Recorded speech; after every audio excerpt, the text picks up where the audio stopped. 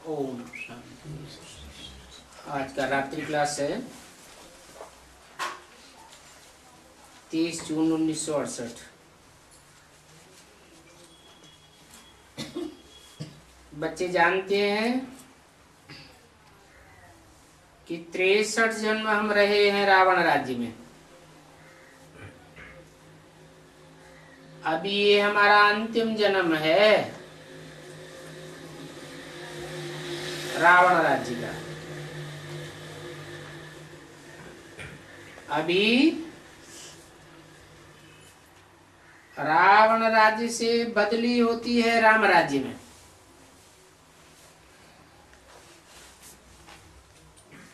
फिर राम राज्य से रावण राज्य में भी ऐसे ही बदली होते हैं।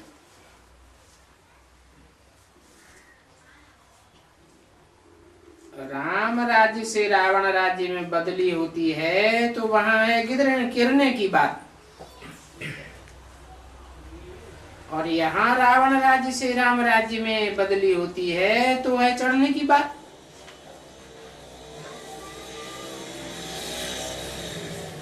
तो ये नॉलेज है कि हम रावण राज्य में कैसे गिरे।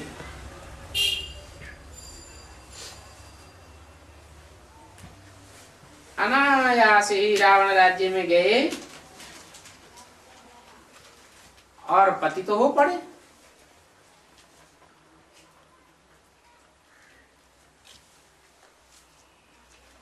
अनायास ही नीचे जाने का कारण क्या हुआ? संग कारण। जैसे तराजू के दो पलड़े होते हैं और उनमें वजन बराबर बराबर होता है,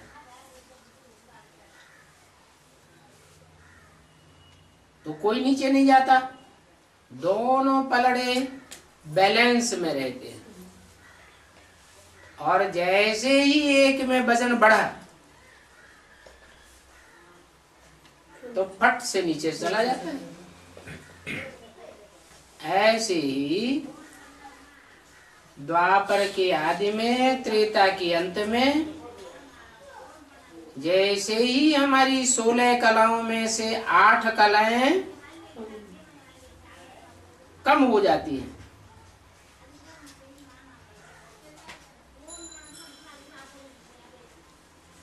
और आत्मा में कलाहीनता की बढ़ोतरी हो जाती है,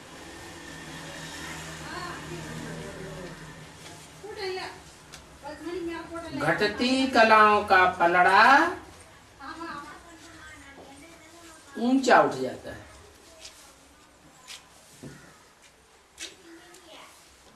कलाएं घट गई, बैलेंस बिगड़ गया, तो अनायास ही प्रकृति के 5 तत्वों का भी बैलेंस बिगड़ता है और आत्माओं का भी बैलेंस बिगड़ता है। अनायास ही नीचे आ गए। ये भी बच्चों को मालूम पड़ा है और तिथि तारीख का भी मालूम पड़ा है।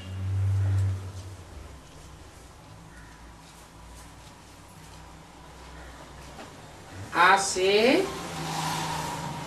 2500 वर्ष पहले नीचे गिरे। अभी है चढ़ने की बात।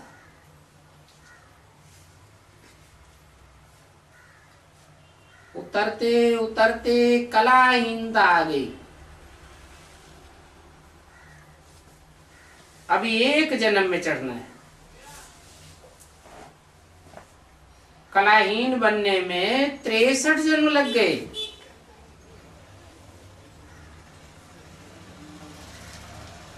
और चढ़ती कला में एक जन्म भी नहीं, 1 सेकंड लगेगा।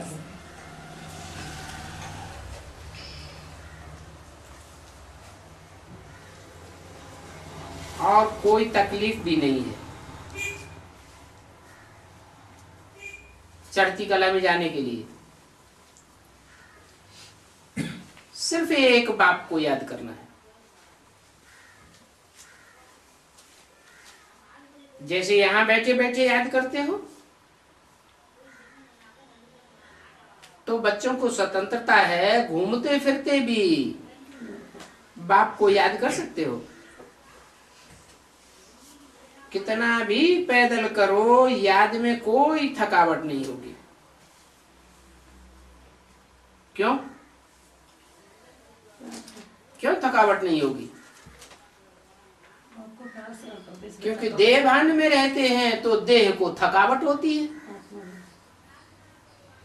अपन को आत्मा समझेंगे तो थकावट भी महसूस नहीं होगी। घूमने का घूमना और याद किया। 2 घंटा सुबह शाम को घूमने जाओ, वो तो याद के लिए बहुत सहज है।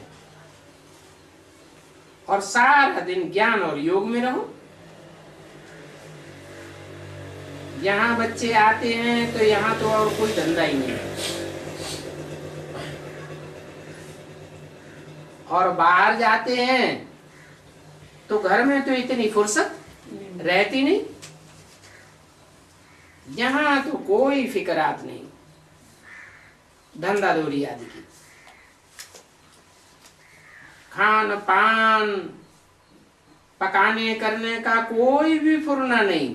कहाँ? बाबा के घर में। यहाँ बहुत अच्छा रिफ्रेश छू सकते हैं बच्चे।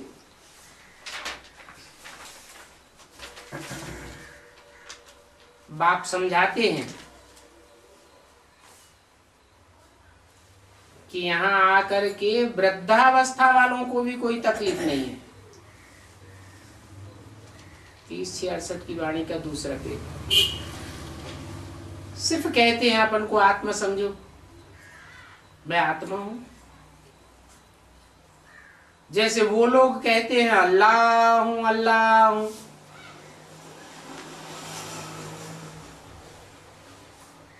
ऐसे तुम भी पक्का करो। आत्मा में ही संस्कार बढ़ते हैं। देवताई गुण भी चाहिए। देवताई गुण आवेंगे तो बहुत मीठे बनते जाएंगे, फिर आदत पड़ जाती है। और हर बात में अपन को मीठा बनाते रहो। थोड़ा बोलना, जाति बोलने की दरकार ही नहीं।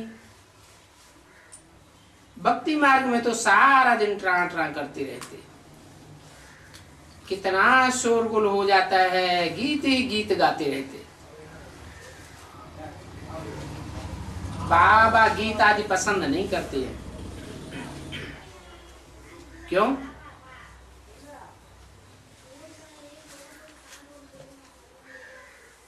बाबा गीत क्यों नहीं पसंद करते?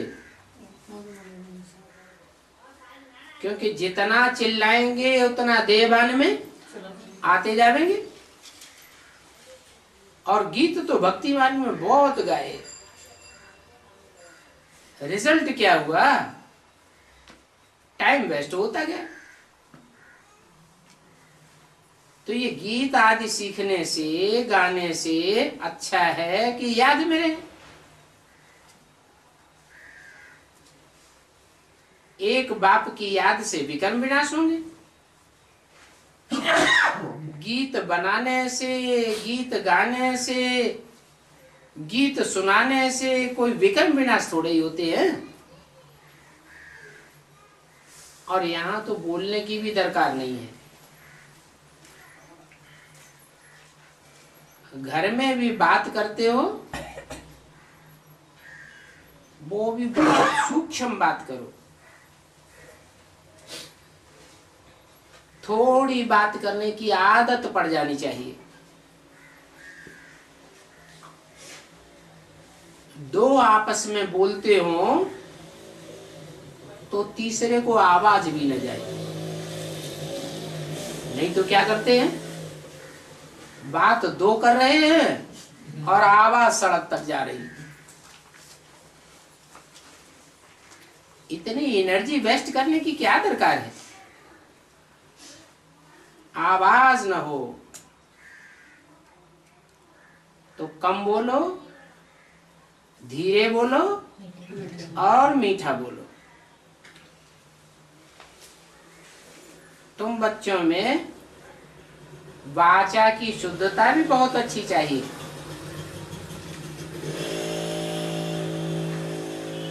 हर एक बात में शुद्धता चाहिए। कर्मेंद्रियों की कर्म में भी शुद्धता चाहिए, दृष्टि में भी शुद्धता चाहिए। मनसा के जो वाइब्रेशन निकले वो भी बड़े शुद्ध होने चाहिए।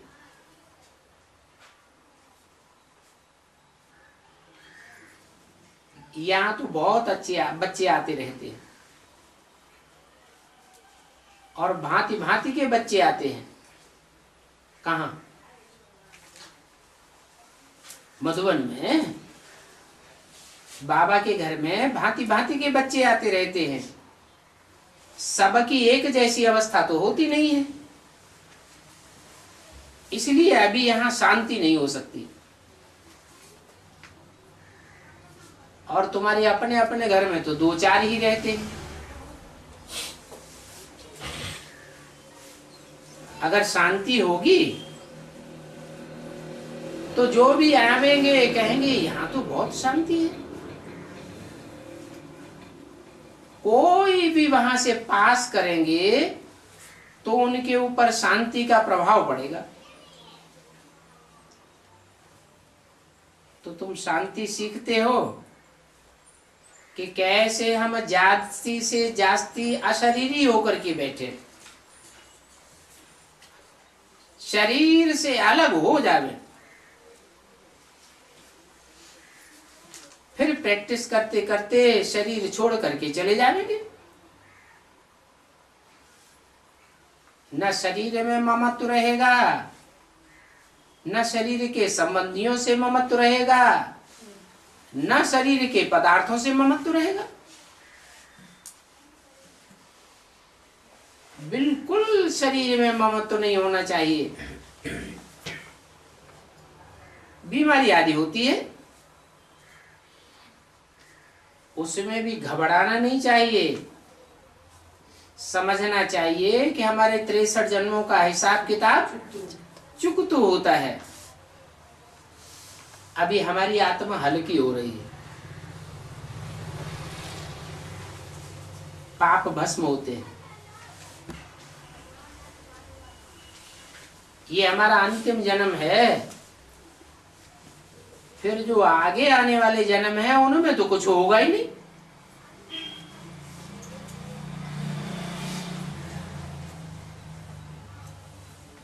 इतनी खुशी रहेगी कि बीमारी ही नहीं आवेगी।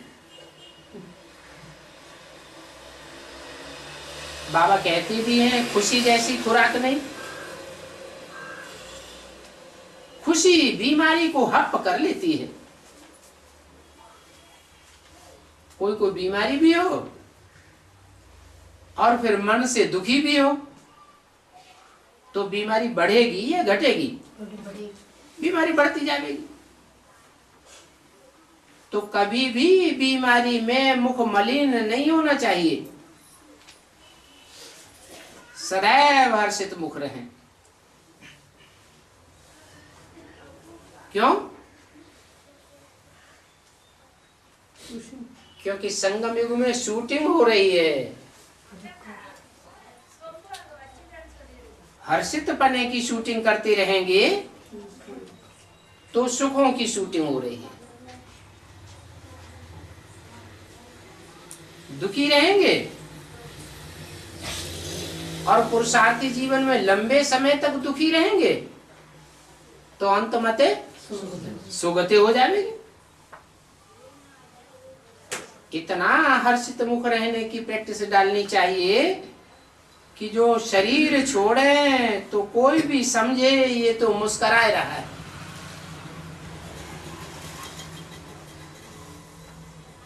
पिछाड़ी में तुम बच्चों में बड़ी मुस्कुराहट रहेगी।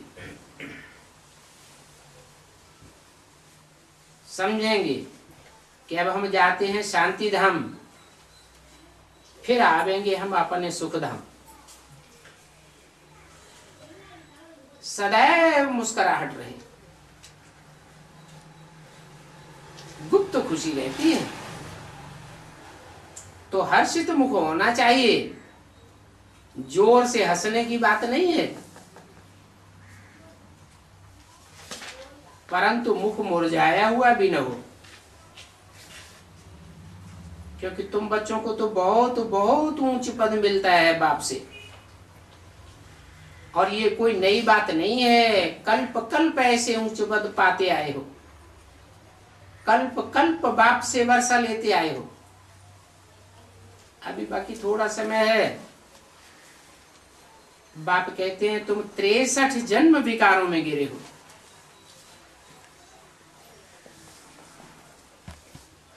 अभी एक जन्म अगर विकारों में न भी गिरे तो क्या हर्जा हो जाएगा।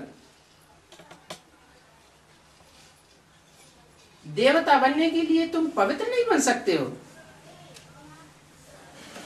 अपवित्रता का तो ख्याल भी नहीं उठना चाहिए। अभी तो बच्चों को बाप से बादशाही लेना है, तो मायावी ख्यालातों को उड़ाए देना चाहिए।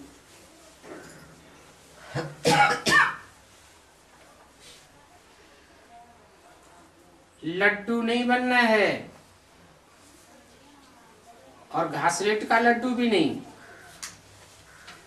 फीका लड्डू भी नहीं बनना चाहिए। हाथ पांव या कर्मेंद्रियां चंचल तब होती है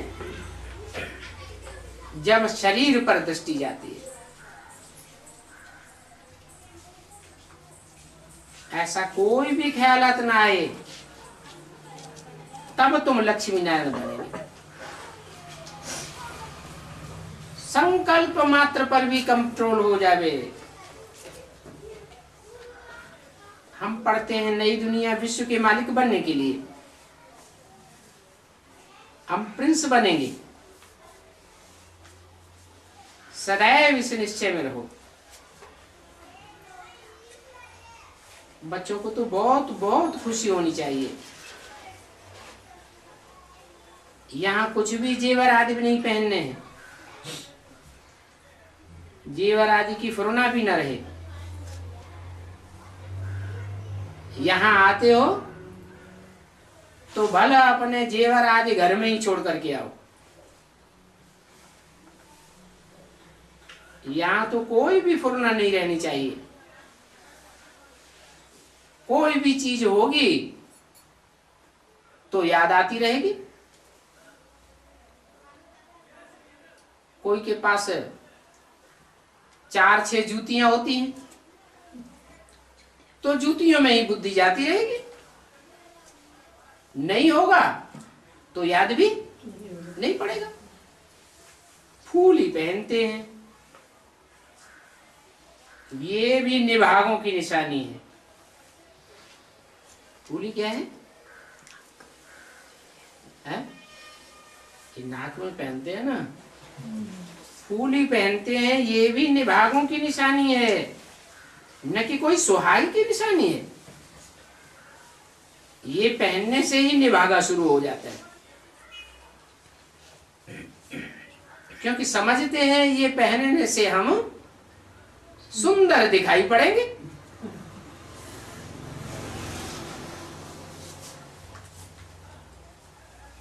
ये फूली नहीं थी तो कुमारी थी, सौभाग्यवती थी। बच्चे समझते हैं भारत अभी 100% निभागा है। मनुष्य थोड़े ही जानते हैं कि अभी हमारे पर राहु की दशा है। तुमको तो याद है, पहले हम बृहस्पति की दशा में थे, तब हम विश्व के मालिक थे। तो बृहस्पति की दशा और कहां राहु की दशा, क्या अंतर है?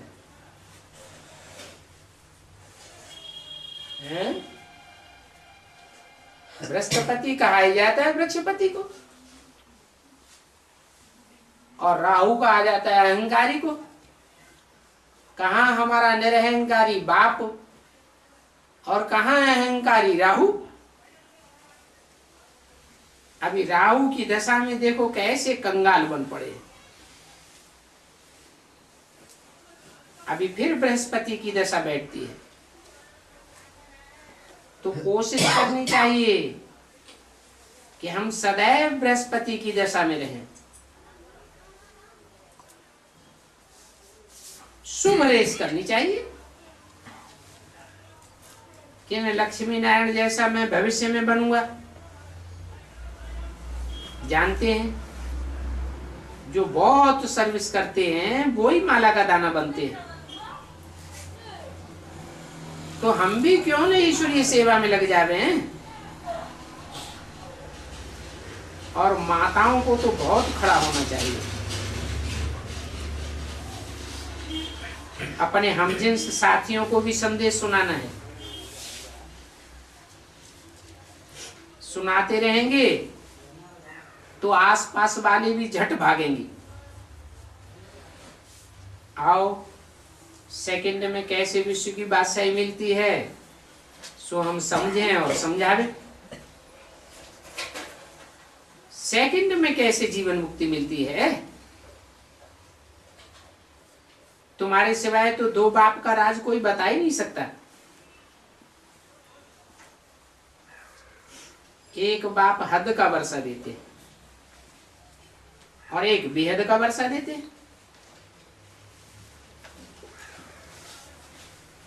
अब किसकी बुद्धि में भी नहीं होगा।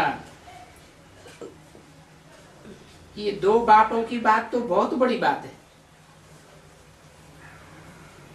अभी बेहद का बाप कहते हैं मुझे याद करो, तो तुम्हारे पाप कर्म भस्म हो जाएंगे। बेहद के बाप को याद करने से पाप कर्म भस्म हो जाएंगे,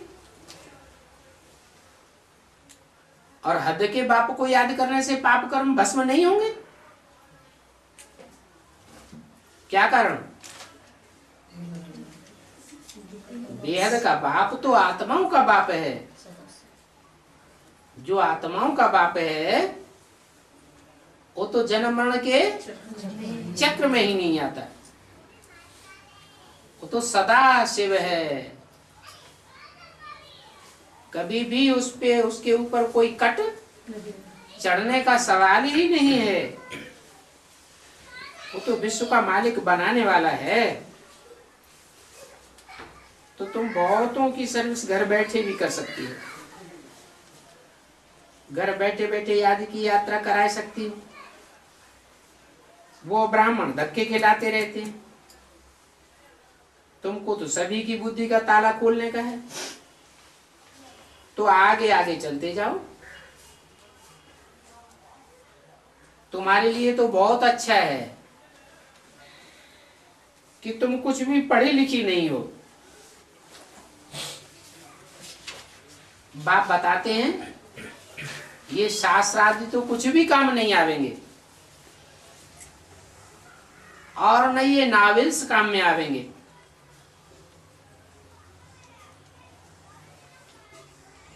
एक ही बाप की शिक्षा अंत तक काम में आवेगी। इस शिक्षा का वजन बहुत भारी है। तुम जानते हो कि अभी हमको बेहद का बाप मिला है, तो अभी कांटे से फूल बन जाना चाहिए। हम फूल बनते हैं, इतनी खुशी होनी चाहिए। माया के राज्य में तो बकरियां रीढ़ बन जाते हैं। वो क्या करती हैं? रीढ़ बकरी क्या करती है? रीढ़ बकरी जो है, जो भी बकरी जिस रास्ते पर भी जाएगी उसी के पीछे पीछे सारी चली जाएगी। बुद्धि चलाती नहीं है कि हम गड्ढे में जाते हैं। यहाँ तो बाप कहते हैं तुमको महावीर नहीं बनना है, और बनेंगे भी एक बाप की मत पर। ऐसे नहीं कि जो आया उसी के पीछे पीछे चल पड़े। उसी को फॉलो करने लिए लग पड़े। बाप को याद करो तो तुम्हारे विकर्म विनाश हो जाएंगे। 30 जून 68 की वाणी का 3रा पेज। और जितना जितना याद करेंगे महावीर नहीं बनेंगे। तो महावीर वो है जो एक बाप को याद करे। याद में बैठते हैं, क्या होता है? बैठते हैं एक बाप को याद करने, और कितना कितना और बातें याद आ जाती है। तो फिर महावीर नहीं हुए क्या? ऐसे नहीं कहो कि बाबा हम तो भूल जाते हैं। माया को उड़ाए देना है, क्योंकि माया रीढ़ बकरी बनाने वाली है। थक मत जाओ, माया तुमको बहुत हैरान करेगी, बार बार बुद्धियों को फिटावेगी। तुम समझो ये माया चाहे जितना माथा मारे, लेकिन हम टस से मस होने वाले नहीं हैं, हम थकने वाले नहीं हैं। हम तो अपने बाप से वर्षा लेकर के ही छोड़ेंगे। तो देखो बाबा कुछ भी मेहनत नहीं देते हैं। कहते हैं बच्चे खुद खाओ पियो, बच्चों आदि को दूध पिलाओ, और जो चाहो तो करो, सिर्फ बाप की याद मत भूलो। और इसके लिए पहला सबक पक्का करो। कौन सा? बाप की याद न भूले, इसके लिए पहला सबक कौन सा है? पहला सबक है मैं आत्मा हूं। ये पहला सबक पक्का करेंगे तो आत्मा का बाप परमात्मा भी याद जरूर आवेगा। और ये आत्मा परमात्मा की याद ही बाप के साथ चलेगी। ये जो तुम इतना विस्तार में नॉलेज लेते हो, ये नॉलेज अंत में साथ में नहीं चलेगी।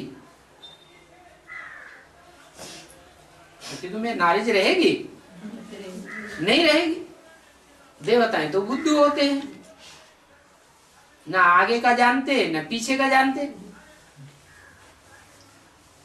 द्वापर कलयुग में, त्रेता में क्या होने वाला है देवताओं को पता नहीं है। तुमको तो आगे पीछे सब का पता है, परंतु ये जानते हो कि ये नॉलेज तो यहाँ की यहाँ ही रह जाएगी। सत्युग में नॉलेज साथ में नहीं जाएगी। यहाँ कहा जाता है बीती को चितवो नहीं। हर बात में खुशी ही रहना चाहिए। पेट के लिए भी इतना जास्ती नहीं करना चाहिए। कितना जास्ती है कि बैंक बैलेंस इकट्ठा ही करते रहे, प्रॉपर्टी बढ़ाते ही रहे। ये प्रॉपर्टी, ये बैंक बैलेंस, ये सब यहाँ खलास हो जाएगा।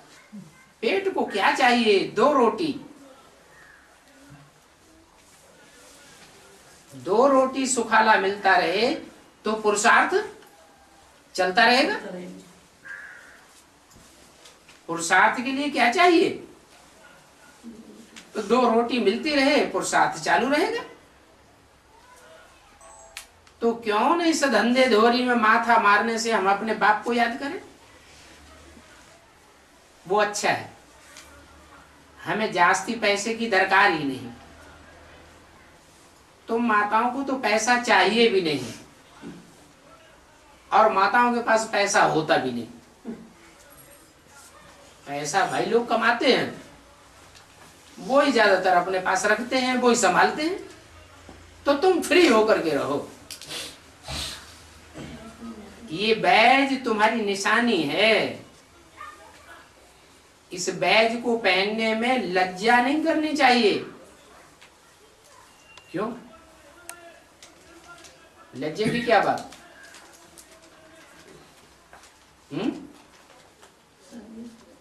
क्योंकि इस बैज में दो तरह का बैज हो गया, एक जड़ बैज और एक चैतन्य आत्माएं सदैव बुद्ध रूपी पॉकेट में पड़ी रहे। तीन मूर्तियां जिनके द्वारा संसार का कल्याण होता है।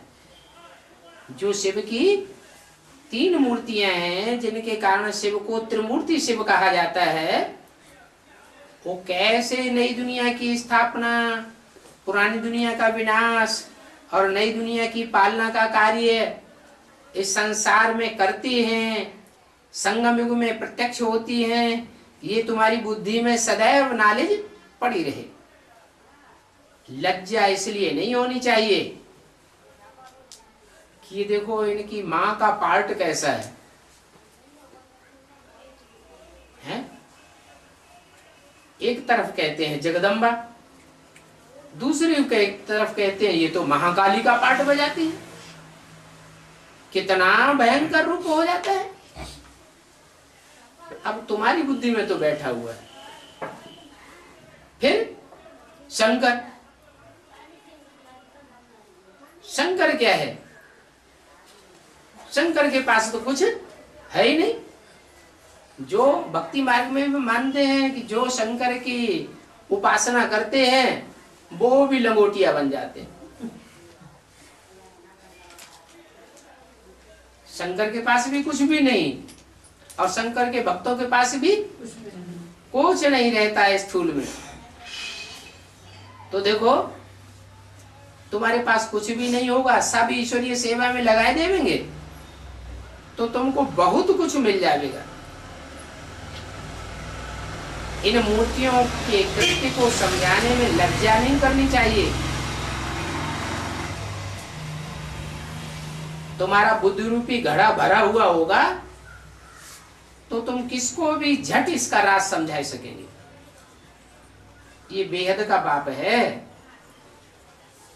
ये बेहद का वर्षा देते हैं। हल्का मकान, महल माणियों का, धन संपत्ति का वर्षा नहीं देते हैं। और ये भगवान बाप इस समय सृष्टि पर आते जरूर हैं, प्रत्यक्ष भी होते हैं। ये हमारा बाबा है, इन द्वारा हमको यह लक्ष्मी नारायण का पद देते हैं। इस बात का पैगाम सभी को देते रहो। ट्रेन में बैठे हो तो भी तुम सभी को पैगाम दो।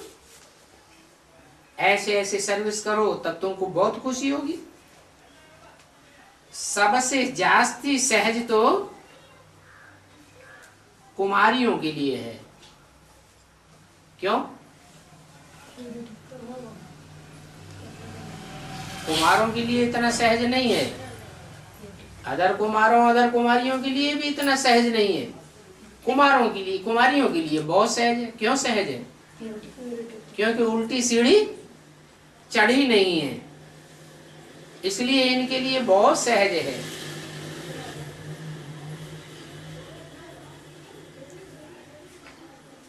कुमारियां कहीं भी जाकर के सर्विस कर सकती हैं, सिर्फ माता साथ में हो।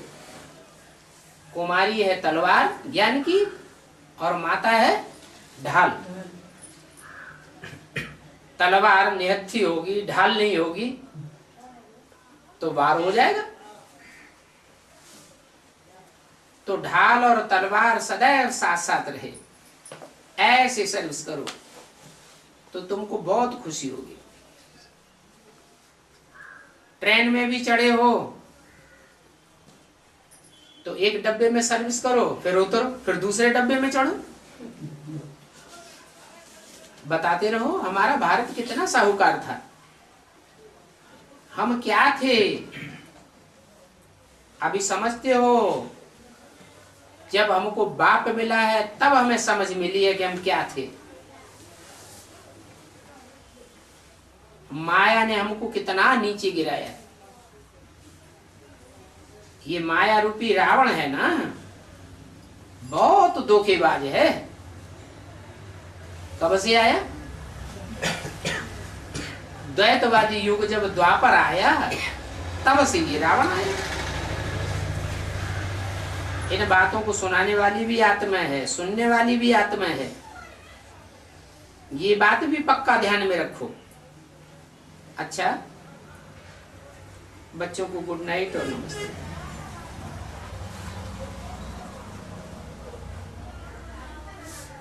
एक और छोटा सा रात्रि क्लास है,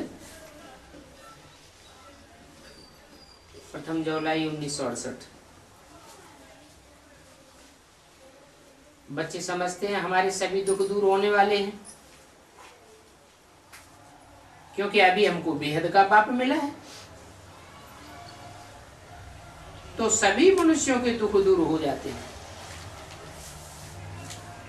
सारी बेहद की दुनिया के दुख दूर होने वाले हैं।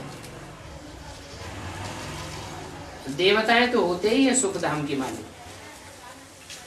बाकी अभी थोड़ा समय है, बच्चे याद की यात्रा में कमजोर हैं। इतना ही अभी ये देरी है। याद की यात्रा में बच्चे मजबूत हो जाए तो समय भी समाप्त हो जाएगा और ये संगम युग भी खलास हो जाएगा, नई दुनिया आ जाएगी। तो याद की यात्रा में जो कमजोरी है उसे खत्म करना चाहिए। जितना हो सके एक बाप को याद करो। नंबरवार पुरुषार्थ अनुसार हर्षित रहते हैं। जितना याद करते हैं उतना हर्षित रहते हैं। जितना बाप को याद करके वर्षे को याद करते हैं उतना दिल में खुशी होती है। देखो, ये ब्रह्मा भी बच्चा है ना, तो जो भी इनके सगे संबंधी आदि होंगे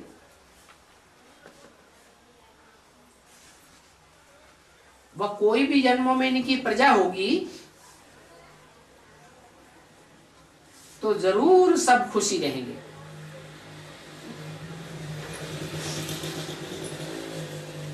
कब इनको दुखी देखा क्या?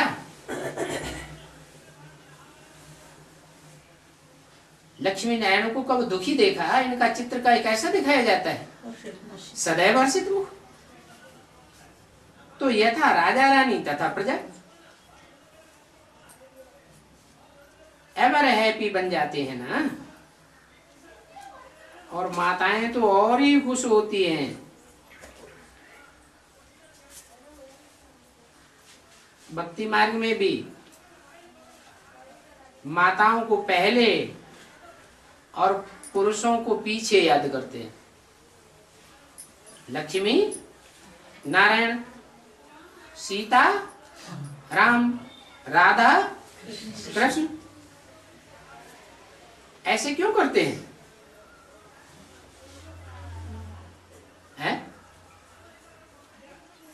जरूर माताओं ने आगे बढ़कर के काम किया है। तो बाप भी माताओं को लकब देते हैं क्या? स्वर्ग के गेट माताएं ही खोलेंगी।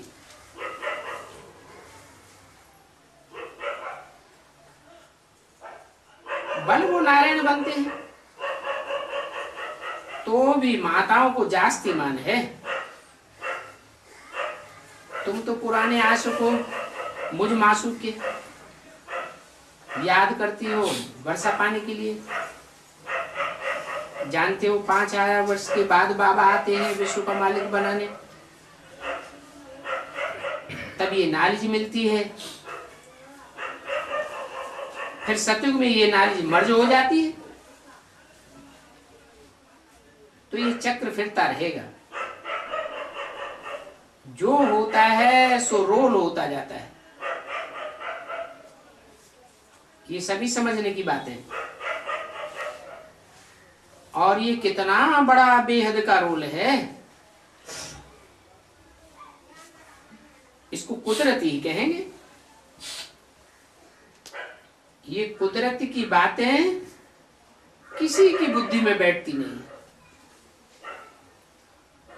तुम बच्चों की तो अभी सभी मनोकामनाएं पूरी होती है, क्योंकि पवित्र आत्मा बन जाते हो। बाप आकर तुम सभी बच्चों को तृप्त कर देते हैं, तो फिर इतनी खुशी होनी चाहिए। जानते हो कि अब तमो प्रधान से हमको सतो प्रधान बनना है।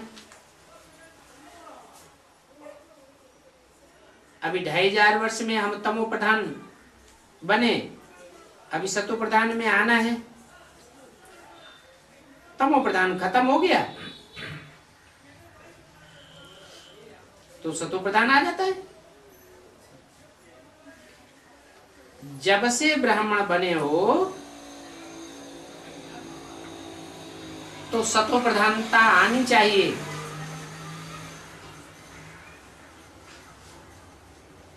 तमो से सतो में आना तो है ना। और चढ़ते चढ़ते सतो प्रधान तक पहुंचना जरूरी है। हर एक बच्चे जानते हैं हम सतो थे, फिर कैसे सीढ़ी उतरे। अभी जितना जितना सतो प्रधान बनते जाएंगे तुम अमरपुरी में आ जाएंगे। एक होती है हद की अमरपुरी और यहाँ संगम युग में है बेहद की अमरपुरी। कैसे? अमर माने न मरने वाले। यहां तो तुम बाप के बच्चे बने हो, अगर बाप को भूल गए और दुनियावी रास्ते पकड़ लिए तो मरा हुआ कहेंगे या जिंदा कहेंगे? तो मरे हुए। तो सदैव निश्चय बुद्धि विजयते बन करके रहना चाहिए। परंतु बीच में माया की लड़ाई भी आ जाती है, नहीं तो बच्चे सदैव हर्षित बने रहे। और बाप को देख करके तो रोमांच खड़ी हो जानी चाहिए। माताओं को तो और ही जास्ती। बाबा कहते हैं माताएं कुछ भी नहीं पढ़ी हैं तो और ही अच्छा। कोई शास्त्रों का भूसा तो बुद्धि में नहीं है ना। बाकी ये तो समझते हो हम आत्मा है, हमारा बाप परमात्मा है, ये जान लेना तो बहुत सहज। बस बाप को याद करो। एक बार चक्र को समझ लिया फिर भले विलायत चले जाओ। क्या वहां सर्विस करते रहो। जितनी सेवा करते रहेंगे उतना उच्च पद बनता रहेगा। दैवी गुण भी धारण करने हैं। अगर वहां कोई के हाथ का भोजन मिलता है, विदेश में जाएंगे कोई के हाथ का भोजन मिलता है, कोई हर्जा नहीं। तो वह सारे विश्व को पवित्र बना सकते हो तो भोजन को पवित्र नहीं बना सकते। ये भोजन क्या चीज है, इसके लिए बाबा से पूछते रहो तो बाबा युक्ति बताते रहेंगे कि अन्न दोष से कैसे बचना है। नहीं तो कोई बच्चे इंसल्ट फील करते रहते हैं, तो ऐसा काम नहीं करना चाहिए ना। ये तो पक्का है कि बाप हमको समझाते हैं कि दादा समझाते हैं। समझाने वाला कौन है? समझाने वाला तो बाप है ना। ये भी समझता तो है कौन? दादा। और इनके लिए ही बाप समझाते हैं। ये क्या बात है? हमारे लिए नहीं समझाते हैं।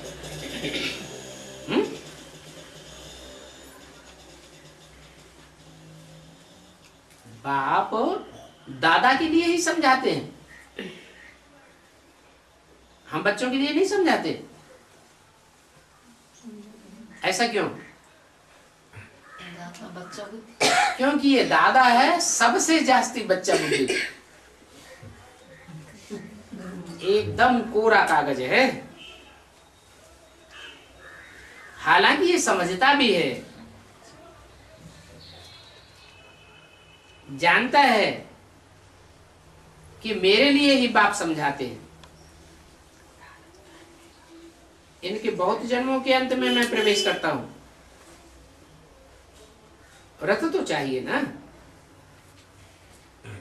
तो बच्चों को सदैव शिव बाबा को याद करके मिलना है। इनको याद नहीं आना चाहिए। भाकी भी पहननी है तो इनकी याद नहीं आनी चाहिए। किसकी याद आए? हैं? शरीर तो एक ही है, रथ एक ही है, लेकिन आत्मा कौन सी याद आए? शिव की आत्मा याद आए, जो सदा शिव है।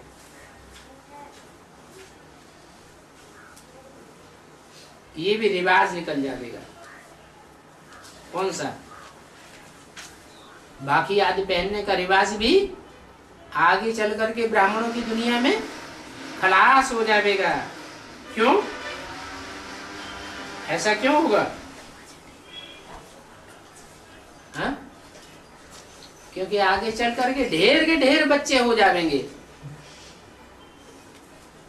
तो किनको बाकी पहनते रहेंगे। तो आगे चल करके देखना क्या होता है। अच्छा, बच्चों को गुड नाइट।